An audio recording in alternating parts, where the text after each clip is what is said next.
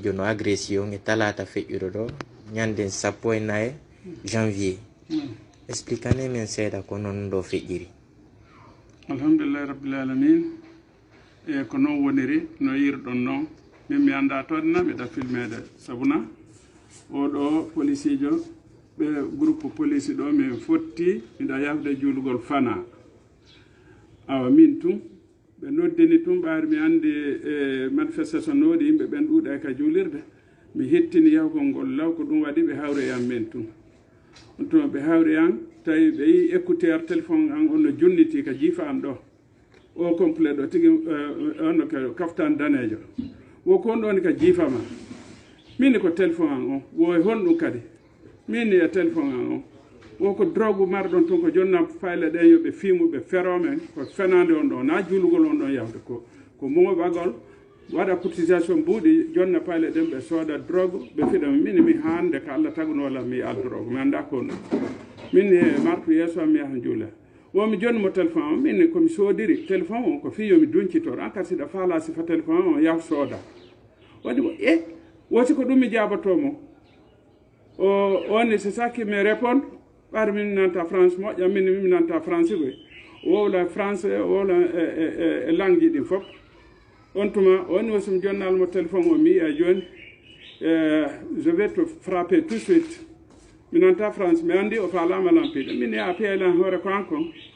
kon tuma o yiili o bantilan min noon hay kami janggi qurana ɗo mi yawɗon komi duuɓi jeego ha mi tippini ha hande karamo kam bantakilan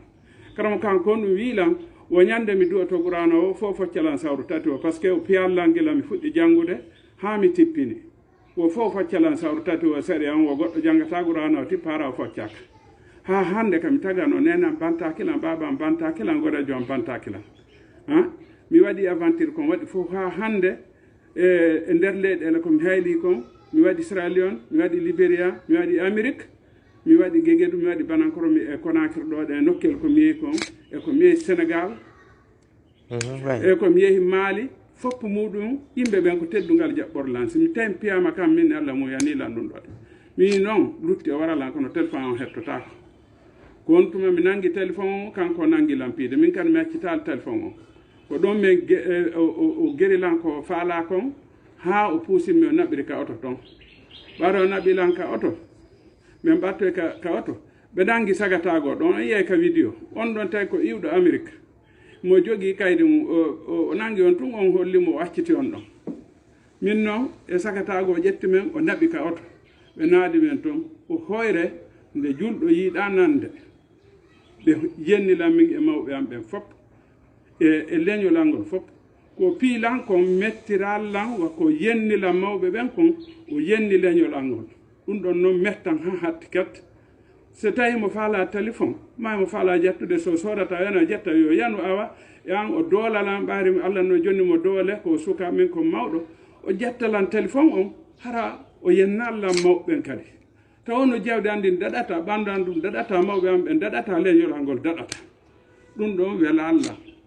donc ɓe naɓilan ka oto ɓe wi ɗon kadi ka oto toon wo yoɓe immoɓe yaha ka juulirde ɓe feroma ɓe ñama ko toon ɓe yalta ɓe nangaɓe wo si ɓe nanga e maɓɓen ko nokkel ɗiɗi ka juulirde maɓe habboɓe ka dammugal kuuruji si ɓe yiwde juulgol ɓe nangaɓe ɗon wo mawɓe no wawi falitare kuuruji kono ɓaari ɓe juulde ka juulirde ɓe habboɓe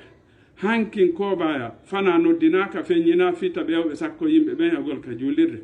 ko ɗum waɗi mi jooɗi miɗa haɓɓi ko tuba noddina si mi yaha miɗa salligi jooɗi tum mi dadoy ɓe ɓanta on tuma goɗɗo nilan ha ko haɗi ɓe noddina